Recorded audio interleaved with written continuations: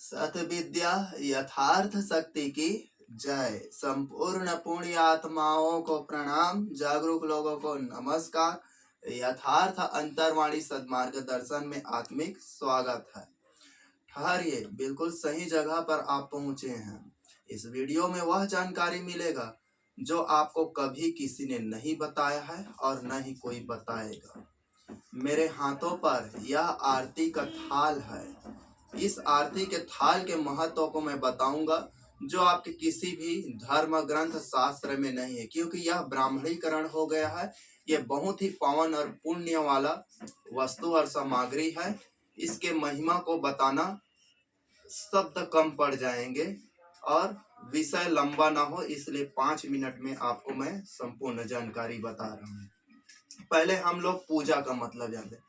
पूजा का सामान्य अर्थ होता है सम्मान। आप किसी को सम्मान करते हैं, आदर करते हैं, बैठ लो, पानी पी लो, खा लो बोलते हैं, वो पूजा होता है। न कि इस प्रकार से ऐसे ऐसे थाल को घुमाते रहें और किसी मूर्ति के ऊपर चढ़ा दें, ये पूजा नहीं होता है। पूजा का वास्तविक अर्थ है सम्मान होता है। ठीक उसी प्रकार से ये जो मेरे हाथों में आरती का थाल है, ये आरती का थाल का विकास कब से हुआ?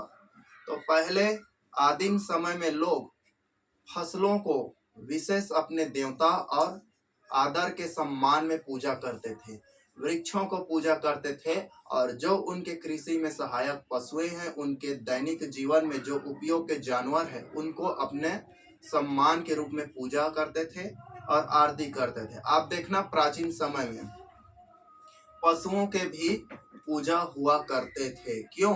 आपके देवी देवता का मिले या ना मिले, लेकिन पशुओं का मिलता है। जैसे बर्फीला देशों में याल का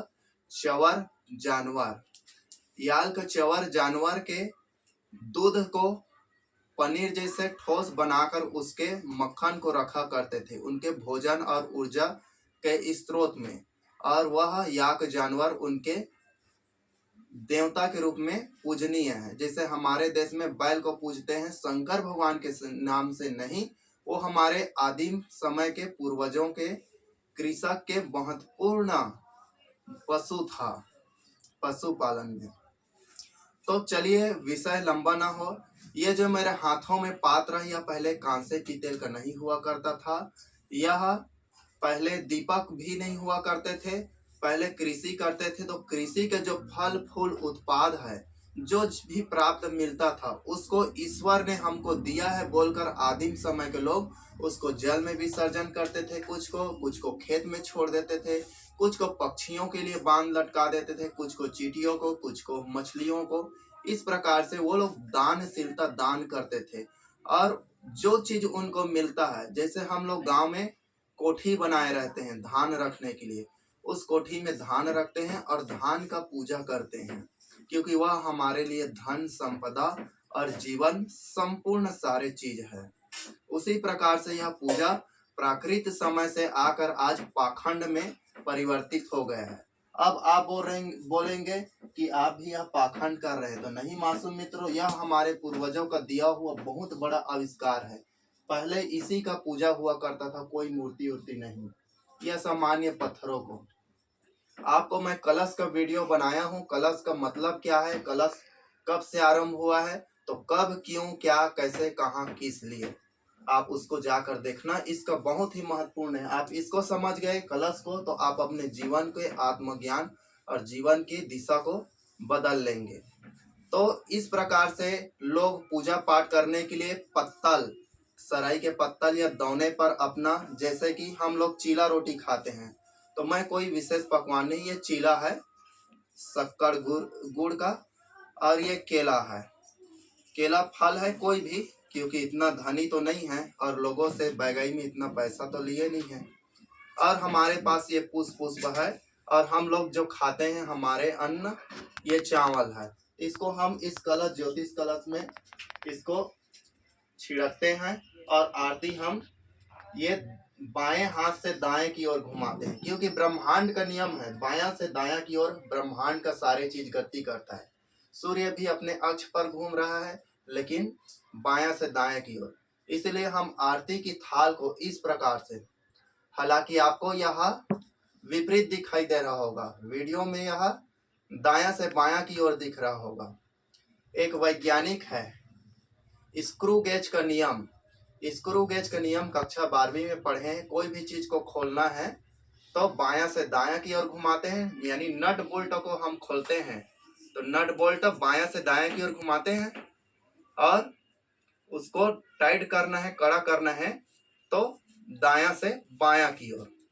लेकिन ये ब्रह्मांड की गति पर निर्धारित है।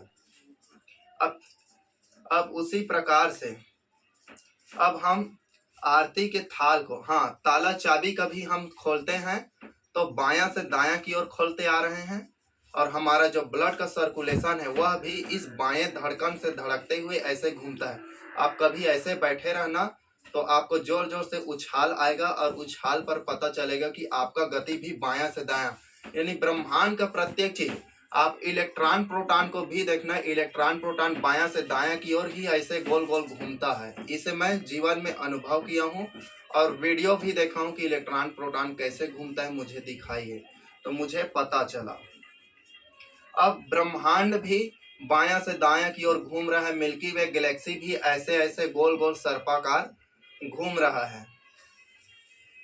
और हम लोग बचपन में थे तो खेलते कूदते थे तो दायां प्रवृत्ति वाले दायां गोल गोल घूमते थे चक्कर के लिए, बायां प्रवृत्ति वाले बायां घूमते थे। अब ये आरती का थाल कई जगह पर इसको शरीर से उतारते हैं तो इसके बुरी नजर और बुरी चीजें बाहर होता है। तो क्या सच इसमें होता है? तो ये हमारे प्राकृतिक देवी देवता पूजा पाठ से जो ईश्वर के आशीर्वाद के रूप में हम लोग इस थाल को करते हैं। अब इस थाल में जो भोज्य पदार्थ है, खाने योग्य, इसे हम प्रसाद यानी ईश्वर को भेंट किए, और ईश्वर को भेंट करने के बाद हम इसको उसका आशीर्वाद समझकर खा रहे हैं। ईश्वर तो खा नहीं सकता, यह परंपरा ना किसी धर्मों से लेने देना है, बल्कि यह आदिम प्रक्रिया से है। अब इसे एक महत्वपूर्ण, सबसे बड़ा महत्वपूर्ण जानते हैं। आप इस आरती के थाल को ऐसे करते हैं हाथों से, और ऐसे करके मस्तक में रखते हैं, और ऐसे करके आरती को ब्रह्मांड में रख लेते हैं, या कोई ऐसे करके हृदय में रख लेते हैं, कोई मस्तक मात्र में रख लेते हैं। तो इसका वास्तविक अर्थ जानते हैं। ये दीपक मैंने जलाया हूँ अपने कुल देवी देवता के नाम से, ठीक, और पंच महाभूत के नाम से। यहाँ पर मैं 4 देवता यानी 4 हमारे प्राकृत ईश्वर के बारे में, पंच महाभूत मेरे कुल देवी देवता, और सदाशिव और आदि शक्ति, वन देवी या वन दुर्गा। इसी प्रकार से इसको मैं सभी मेरे स्थापित ईश्वर के नाम से ज्योति जलाया हूँ। अब इसमें मैं उसका आरती दे रहा हूँ। इस आरती में आकर ईश्वर क्या है, अपना आशीर्वाद आशीष प्रदान कर रहा है, यानी अपने ऊर्जा को। अब यह ईश्वर का प्रसाद हो गया। आप प्रसाद का अर्थ नहीं जानते होंगे, जो आपको खाने पीने के लिए बांटा जाता है ईश्वर में चढ़ाकर, उसे आप प्रसाद मानते होंगे, जबकि ऐसा नहीं। प्रसाद संस्कृत है, हिंदी में होता है आशीर्वाद। ना आपको कोई खिलाएगा पिलाएगा उसके बाद भी आप शुभ मस्तु, कल्याण हो, एवं मस्तु, जो कुछ भी बोले वह क्या है, आशीर्वाद को प्रसाद बोलते हैं। तो यह इसमें उसका आशीर्वाद आशीष है, समझकर हम लोग प्रसाद मान लेते हैं। अब इसमें से जो लव है, आँच है, उसको आरती लेते हैं ऐसे लोग। तो आरती लेने का क्या यह सही विधि है? और इस आरती को मस्तक पर क्यों रखते हैं? और इस ब्रह्मांड में, तो मस्तक और ब्रह्मांड में रखने का महत्वपूर्ण है। यह पंच महाभूत में से एक अग्नि महाभूत है। यह अग्नि महाभूत से हम ईश्वर की आराधना करते हुए इसका जो ऊर्जा है उसे हम अपने आज्ञा चक्र में सद्बुद्धि के लिए डालते हैं, ब्रह्मांड में हमारे अच्छे कामने के लिए डालते हैं। और इससे क्या लाभ होता है? तो बिल्कुल आप इस जोत से जरूरत नहीं है कोई भी। मैं जमीन से रखता हूँ ऐसे, कोई भी पूजा करता हूँ ऐसे जमीन में हाथ रखता हूँ और ऐसे मूलाधार में रखता हूँ। ये गुप्त विधि है, कोई बताने वाला नहीं, कोई नहीं जानेगा। देखिए यहाँ को रखा तो मैं ब्रह्मांड जोर जोर से घूमने लगा। यहाँ हमारे शरीर में 6 कुंडली हैं और एक सहस्त्रदल कमल चक्र। तो ये जो हाथ है, हथेली है, उसको पहले दोनों नितंब जंघों के कूला के बीच में एक मूलाधार चक्र होता है। मैं कुंडली का अलग से बताऊंगा। ये रामदेव जैसे बंदर पॉलिटिकल पौने आंख वाले नहीं बताएंगे, ये लोग सिर्फ बंदर नाच जानते हैं, योग का अर्थ नहीं जानते। तो ये हाथ को ऐसे जमीन में मैं रखता हूँ और माँ प्रकृति का स्मरण करते, यहाँ मूलाधार चक्र में समाहित हो, जागृत हो, माँ प्रकृति वन देवी बोलता हूँ। फिर दूसरा हथेली यहाँ पर स्वाधिष्ठान नाभि के नीचे वाले स्थान जहाँ जनेंद्रिय के ऊपर है, यहाँ पर रखता हूँ। उसके बाद फिर तीसरा स्थान यहाँ मणिपुर नाभि है, नाभि पर रखता हूँ। उसके बाद फिर यह चौथा स्थान हृदय पर रखता हूँ, अनाहत चक्र पर। उसके बाद फिर इसका अगला स्थान पांचवा में विशुद्धाशय चक्र गला में रखता हूँ। फिर पांचवा में छठवा में मस्तक पर आज्ञा चक्र पर रखता हूँ। उसके बाद सातवां में सहस्त्रदल कमल चक्र ब्रह्मांड में रखता हूँ। तो इससे क्या लाभ होता है? बिल्कुल होता है। आप स्मरण करके प्रकृति को पूर्ण रूप से, आपका यह केंद्र बिंदु है, अगर आप इसको छू लेते हैं, जैसे आपको यहाँ पर टच करते हैं तो यहाँ पर छूने का महसूस होता है, उसी प्रकार से आप स्मरण करके यहाँ पर ये जो ज्योति का लव है या बर्फ है या फिर धरती का स्पर्श है, आप छुआ कर देखना मासूम मित्रों, आपको पूरा रिजल्ट पता चलेगा।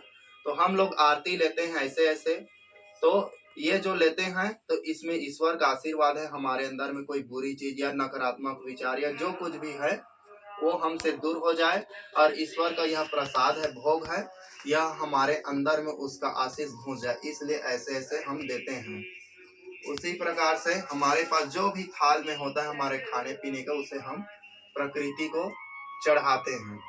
ये मंदिरों में पत्थरों में फूल पान पैसा ऐसा दुनियादारी चढ़ाना, ये बिजनेस का तरीका है, क्योंकि ये लोग नहीं जानते और लोगों को मूर्ख बनाते हैं। जो चीज घटना घटित नहीं है उसके बारे में कहानी लिखो, मूर्ति बनाओ और फिर प्लांट खड़ा करो। प्लांट दो जगहों पर खड़ा होता है, एक नदियों के किनारे और दूसरा पहाड़ों पर। आप देखना जितने भी मंदिर है नदियों में रहेगा या पहाड़ों में। प्राकृतिक रूप से जो आदिम समय में जो लोग मानते थे उसको ये लोग कथा कहानी शास्त्र लिखकर उसको हजारों लाखों साल पुराना बता देते हैं। तो चलिए ठीक है, आप इस सब के बीच में तो ऐसे करेंगे, ऐसे जोत से करेंगे ऐसे, तो लोग आपको भी पागल बोलेंगे। तो जब अकेले में पूजा करते हैं तो आप इस प्रकार से आप इस ज्योति से बोलो जो भी स्मरण करना है। हे बन देवी बन दुर्गा, मेरा वाचा सिद्ध हो, मेरे वाणी में शक्ति भरो, ताकि यह वीडियो सभी लोगों के दिलों को छुए और असली जो विशुद्ध ज्ञान है अध्यात्म का वह सबको प्राप्त हो। और मैं आप सबसे यही कामना करता हूँ, यह YouTube वीडियो अच्छा लगे तो सबको शेयर करना, और यह अध्यात्म से संबंधित जितने भी प्रश्न है कमेंट है, मैं आप सबका कमेंट पढ़ूंगा, और जिस विषय पर वीडियो बनाना है और जानना है आप मुझे कमेंट शेयर कीजिए, मैं उस वीडियो पर बनाऊंगा, क्योंकि मुझे इस माँ वन देवी का आशीष है और मैं बिल्कुल आपके प्रश्नों को संतुष्ट कर सकूंगा। चैनल अच्छा लगा हो तो सब्सक्राइब शेयर अवश्य करें, सब्सक्राइब शेयर करेंगे तो मेरा वीडियो और अधिक लोगों तक से पहुंचेगा। आभार, आपके अंदर उपस्थित उस पवित्र परमात्मा को मेरा अनंत नमन है।